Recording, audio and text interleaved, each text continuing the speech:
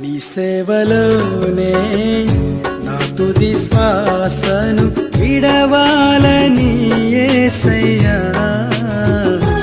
నీకై బ్రతకాలని ఆశయ్యా.